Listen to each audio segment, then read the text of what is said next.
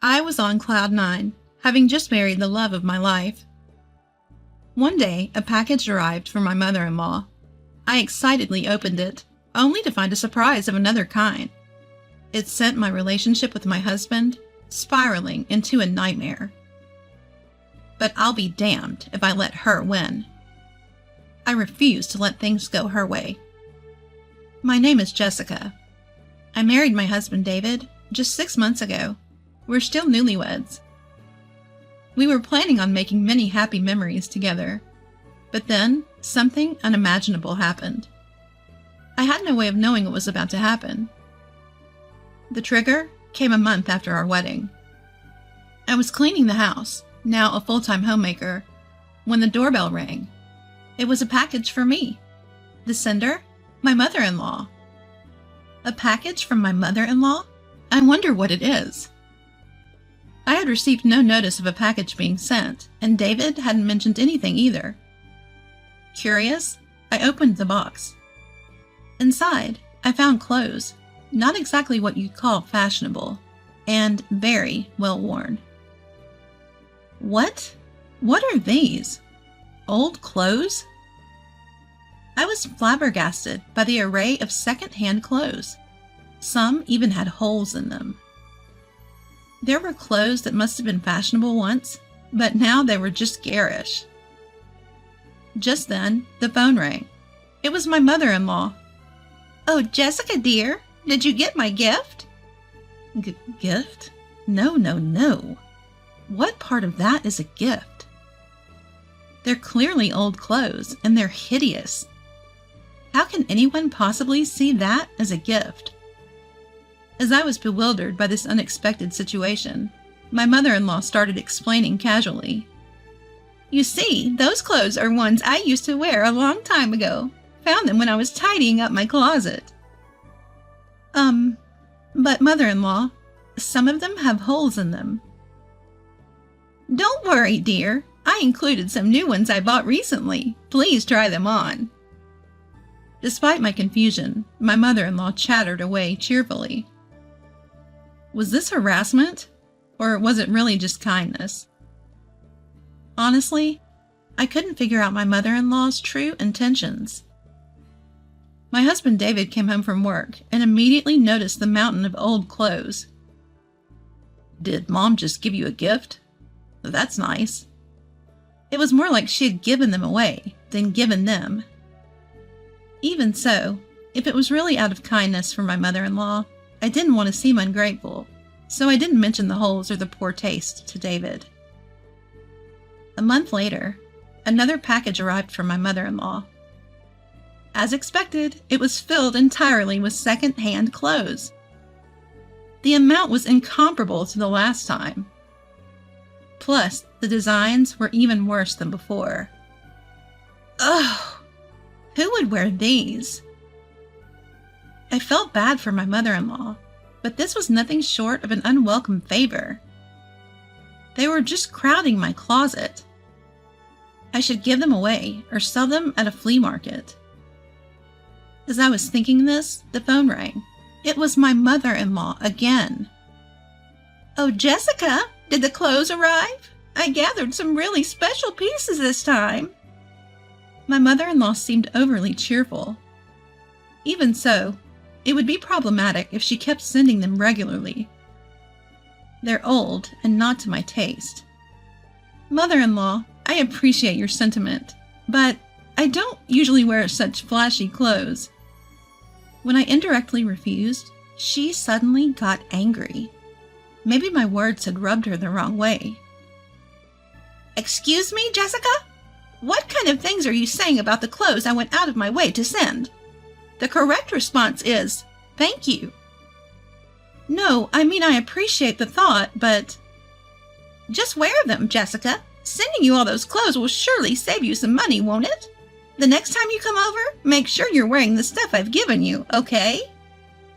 My mother-in-law gave me a one-sided command and then hung up the phone. I sighed. I made her angry. What was more, I never knew that she was the type of person to force her opinions on others so vehemently. That night, I decided to gather up my courage and talk to my husband about it. David, do you have a minute? Wait, you got more presents for my mom? Well, that's what I wanted to talk about. David is still under the impression that I'm being sent presents that I would enjoy. When I explained the situation, his eyes widened. Second-hand clothes? Yes, second-hand clothes. And they're not my style at all. I can't possibly wear the clothes your mom sent. I tried to gently refuse over the phone and she got really upset. Can you talk to her, David? David stayed silent for a while.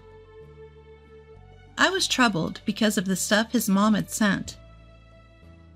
Surely he'd come up with a good solution to smooth things over between me and his mother. I'll call Mom. David walked out into the balcony and took out his smartphone. I hoped that he would be able to resolve this situation over the phone with his mom. But when he came back from his call, he said something outrageous.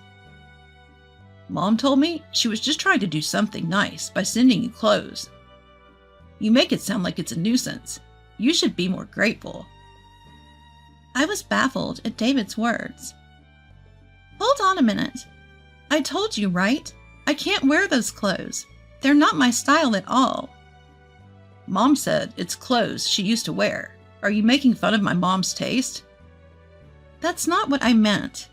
Besides, some of the clothes even have holes in them. Are you saying I should wear those? Enough. Mom started crying when I told her you didn't like the clothes. Please don't upset her anymore. After yelling at me, David stormed off into his own room, slamming the door behind him. Wait, what? Is it my fault? I never thought David would take his mom's side.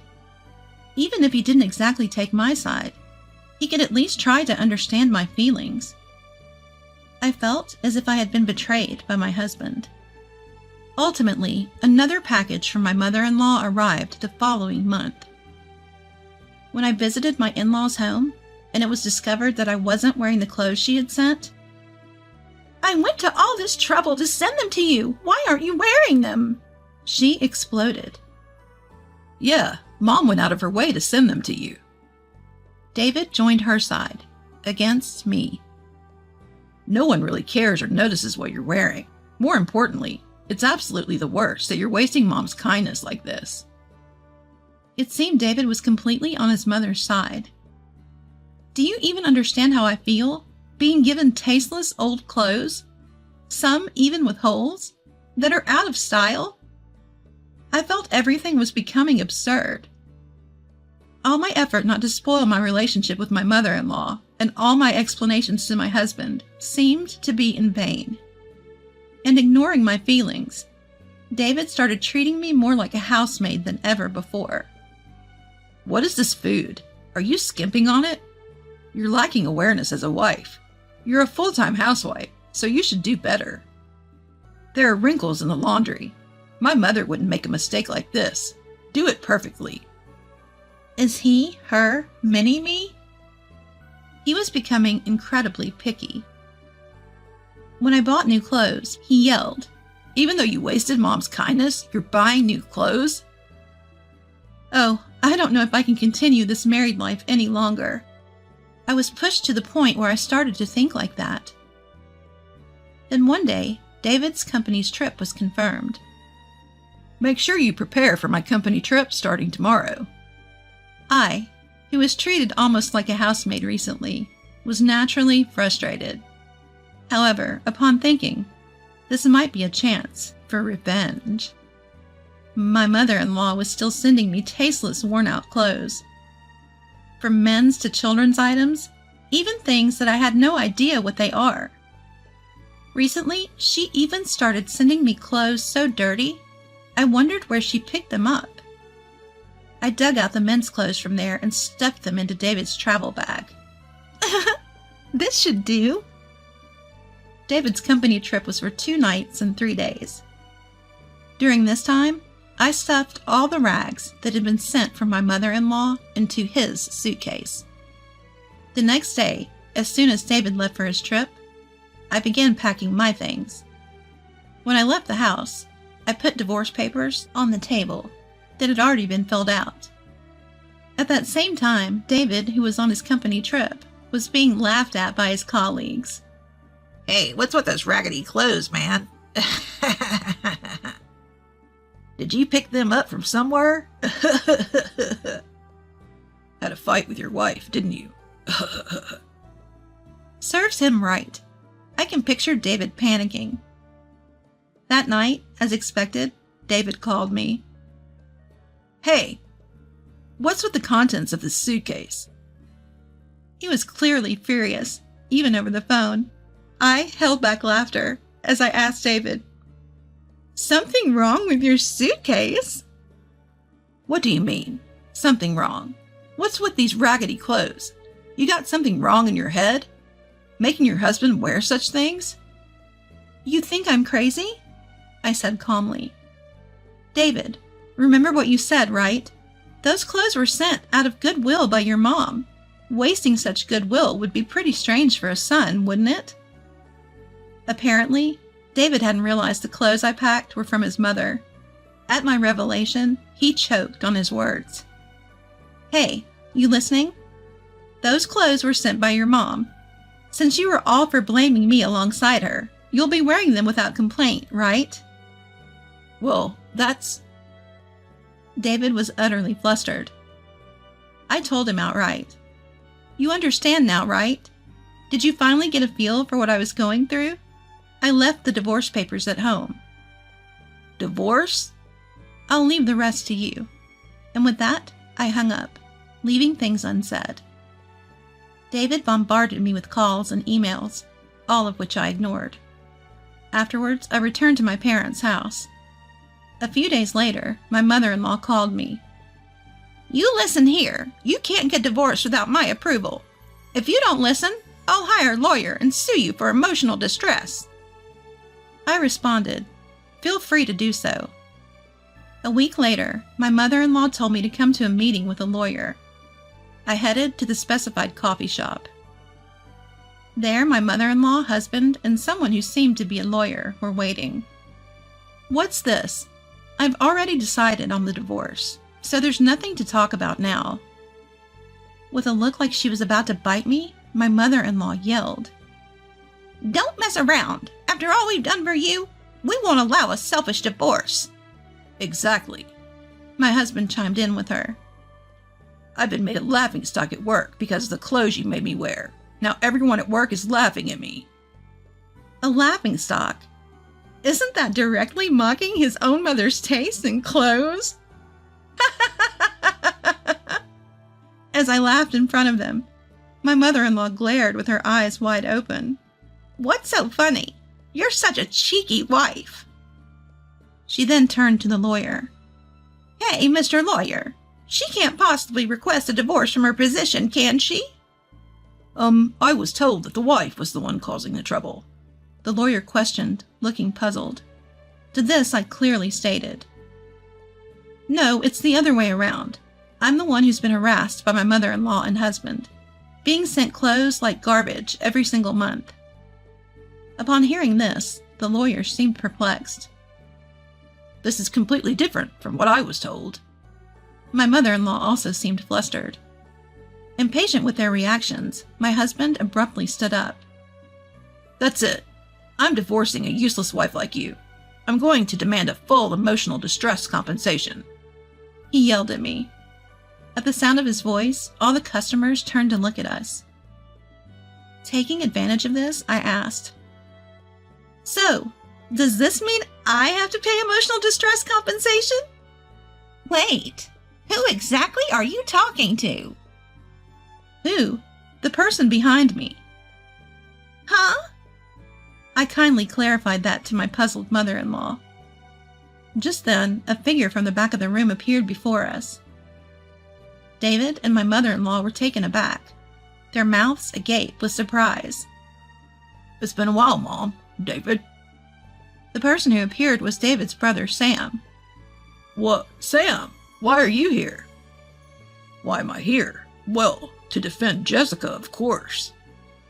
That's right. Sam, David's older brother, is a renowned attorney specializing in divorce. Initially, my mother-in-law sought his counsel, but when it became apparent that I was the one wronged, he chose to defend me. "Wait a minute, Sam. Why? I asked you to defend me, and you declined." Of course I did. Sam raised his voice. Because it's clear to me that Jessica isn't at fault. And having heard her side of the story, I learned that you've been using the money I've been sending home every month under the pretense of hard times to torment Jessica, haven't you? That is. Indeed, my mother-in-law had been receiving money from Sam every month. Surely some of it was used for living expenses, but she was using the excess to buy shoddy clothes to send to me. All for the purpose of tormenting me. Sam, in a short time, had researched these facts and saved the evidence. And to you, David, the verbal abuse you hurled at Jessica earlier, it's all been recorded.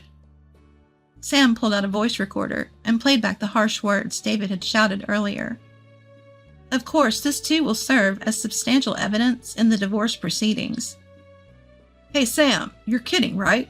Why would you side with Jessica instead of your own family? In response to David's outburst, Sam answered firmly. I'm a lawyer.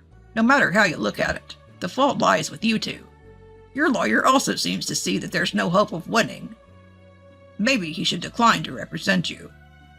At Sam's words, David's lawyer nodded in agreement and quietly left the cafe. So you two will be the ones paying the alimony. And Mom, I won't be sending any more money. Understand? Leaving these words behind, Sam left the cafe with me. Thank you, Sam, for helping me even though you're busy. As I bowed my head, Sam gave me a warm smile. No worries. I just can't stand injustice, family or not. I'm really grateful for your help this time. Thank you so much.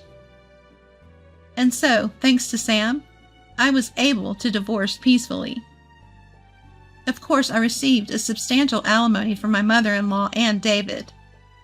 After the divorce, I haven't heard from my mother-in-law or David, and have been living a peaceful life.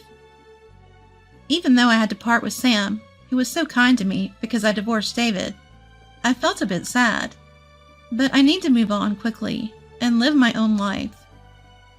The best life that David and my mother-in-law could ever envy. With that promise in my heart, I started my new life.